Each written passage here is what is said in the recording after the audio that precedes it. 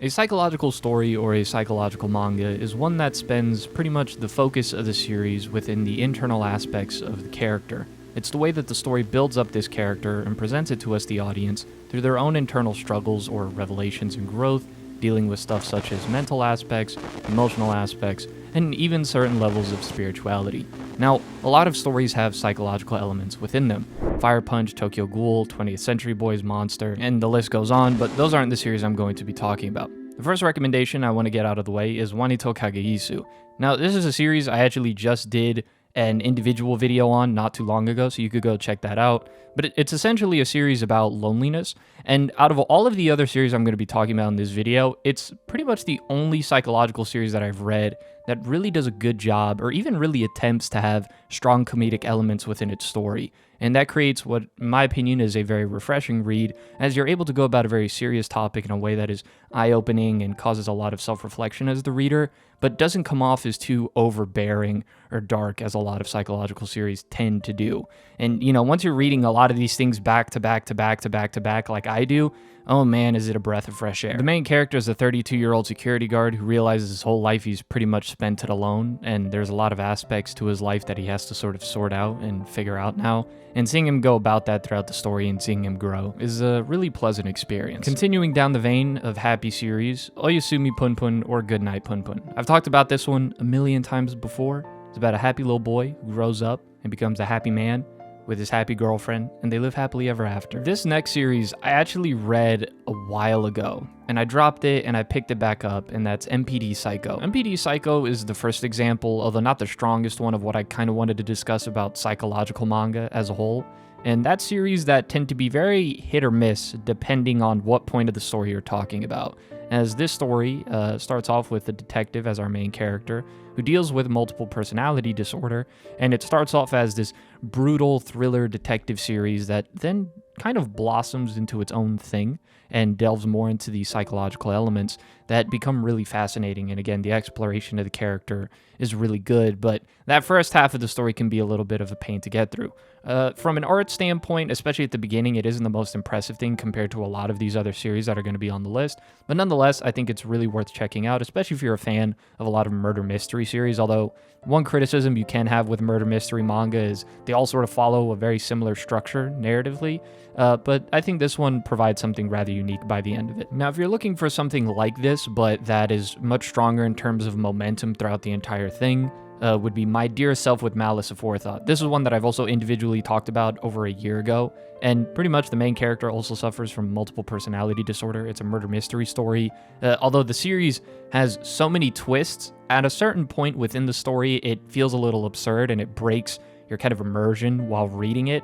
That could be seen as a slight negative, but overall I think it's a really engaging and thrilling story, very fast-paced, and the artwork in that manga is amazing. So that's another one I'm gonna throw out there. This next manga I picked up just because I thought the name was really cool, Paranoia Star. It's a compilation of short stories, and upon reading it, I don't want to say don't read it, don't check it out, hence why it's in this video. I think you should be allowed to check things out and have your own opinion on it. Me personally, I feel like this was a lot of different, again, it's a lot of different short stories, some of which are barely cohesive and understandable, which can be an issue a lot with psychological series. The internal characterization is great, but the actual stuff happening on the outside, the actual narrative and plot, is a mess. With some of the short stories here, again, I was able to almost grasp, I think, the message that it was trying to convey with what it was doing, but some of the other short stories just felt like an absolute barf of imagery that just amounted to nothing for me personally. It's rather disturbing, like psychological series tend to be, but again, if you want to check it out, go ahead, and if there's something you really draw from it, then great, awesome. When talking about psychological series, you can't go talking about them without bringing up Homunculus. Homunculus was a manga I read over 2 years ago now, wow. And I wasn't really hot on the series at first. It starts off with our main character, Nakoshi, who is homeless from what we know, but it's very clear that he had a life before this. It comes off as an eccentric character, as most do within psychological series, and he gets a procedure done to drill a hole in his head, which when he covers one of his eyes, he's able to see homunculi. And it's a weird way of sort of seeing how people and who they are really comes about their perception of the world due to the life experiences they end up having. There's a lot of different things that I think you could really take out of this story, as each person our main character interacts with, I think, goes about dealing with certain topics that can, oh man, they hit home. They really do hit home. And this is a series that I wasn't really too fond of, as I felt a lot of it at first was unnecessary when I first read it, but once I took time to read through it again and go and finish it all the way to the ending, it was one of the more haunting reads that you ever go through, especially the ending of the series. And that's always a pleasure when you read a manga with a satisfying conclusion, because unfortunately not all of them have them. Speaking of which, Shamo. Shamo's a series about main character Rio, who killed his parents. That's what you know about the character when he enters prison. And in prison, he learns martial arts.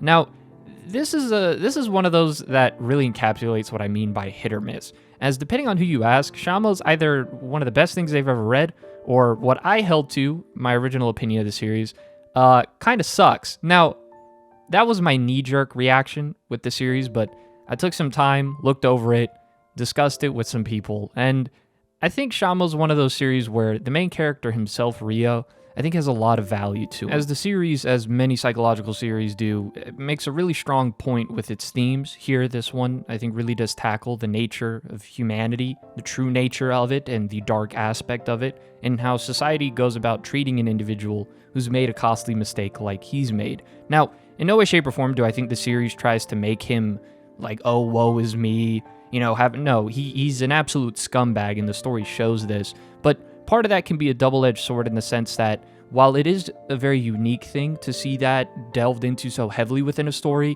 it could also turn off a lot of readers as they can become very apathetic to the character. Therefore, whatever bad thing happens to him, they don't really care, or they judge the character due to those actions and write him off quickly. And I think that can be a mistake regarding the actual main character.